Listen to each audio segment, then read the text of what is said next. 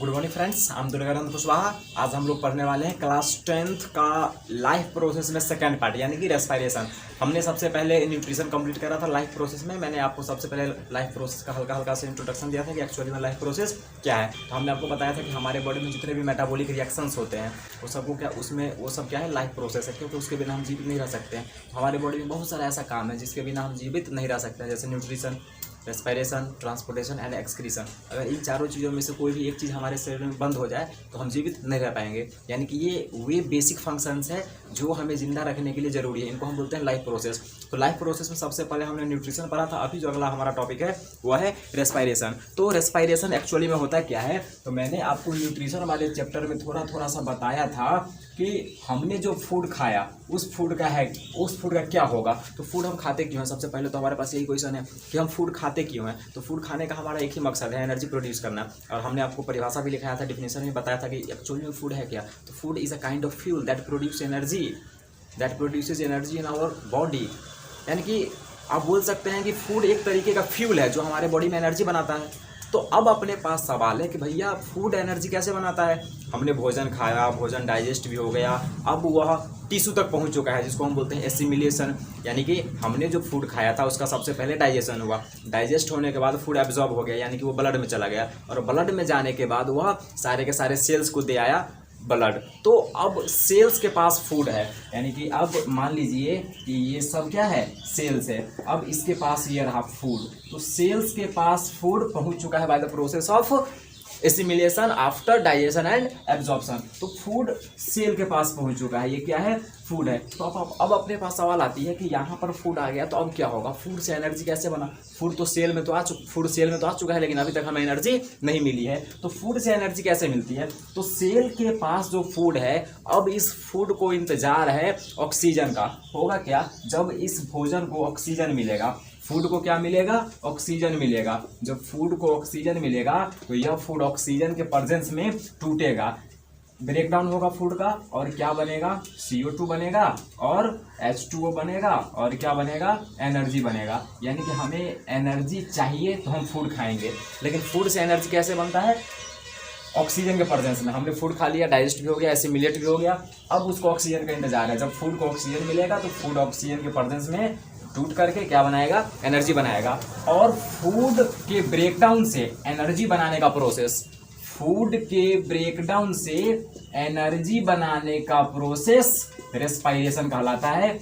इस बात को आप याद रखिएगा। रेस्पिरेशन एक्चुअली में है क्या, respiration is nothing, respiration is a biological process of releasing energy by the breakdown of food.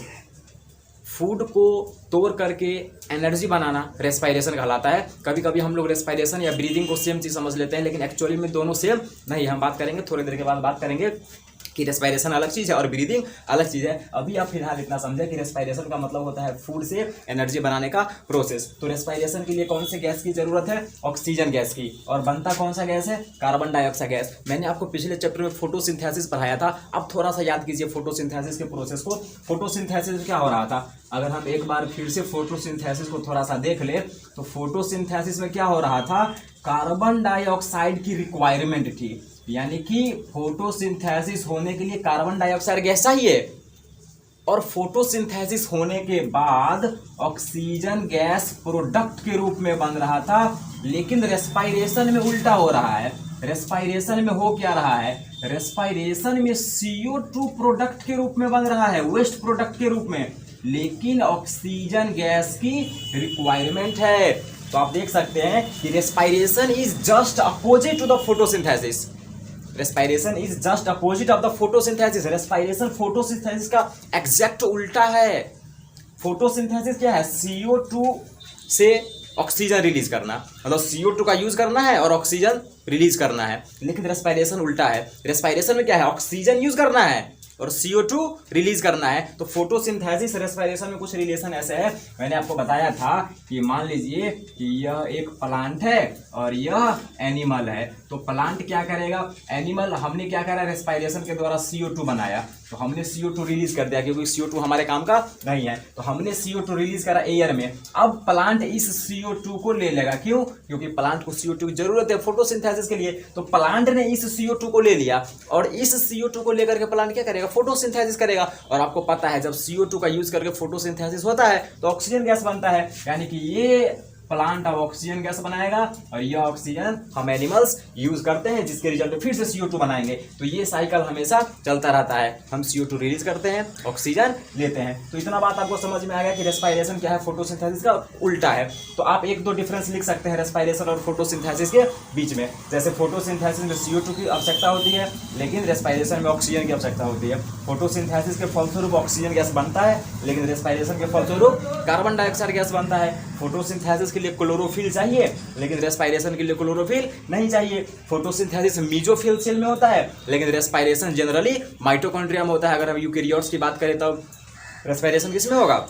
Mitochondria में। तो ये कुछ डिफरेंसेस है फोटोसिंथेसिस और रेस्पायरेशन के बीच में। तो ये हमने आपको हल्का हल्का सा रेस्पायरेशन का क्या कर दिया, इंट्रोडक्शन दे दिया। अब हमारे पास सवाल है कि भैया ब्रीदिंग क्या होता है, व्हाट इज ब्रीदिंग? तो देखो ब्रीदिंग एक अलग चीज है। ब्रीदिंग और रेस्पायरेशन को हम सेम नहीं बोल सकते क्योंकि इसमें बहुत जमीन आसमान का फर्क है। तो रेस्पायरेशन क्या हो रहा है? फूड से एनर्जी बनाना, और हो क्या रहा है? सेल के अंदर में। कहाँ हो रहा है? सेल के अंदर। भोजन सेल के अंदर है और इसी सेल के अंदर भोजन टूट रहा है और एनर्जी बना रहा है। मतलब रेस्पायरेशन सेल के अंदर होने वाला चीज है, लेकिन ब्रीदिंग मतलब सांस लेना और छोड़ना, जो कि लंग्स के लेवल पर हो रहा है।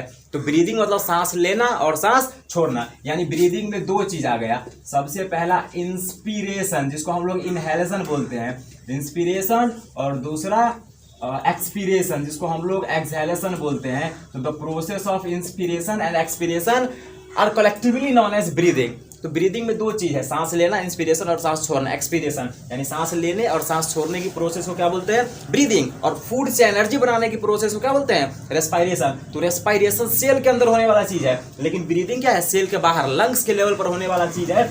जब रेस्पायरेशन होता है तो एनर्जी बनता है, जब रेस्पायरेशन होगा तो एनर्जी बनेगा, लेकिन जब ब्रीदिंग होता है, जब हम सांस लेते हैं, तो एनर्जी खर्च होता है। तो रेस्पायरेशन और ब्रीदिंग सेम चीज नहीं है भाई।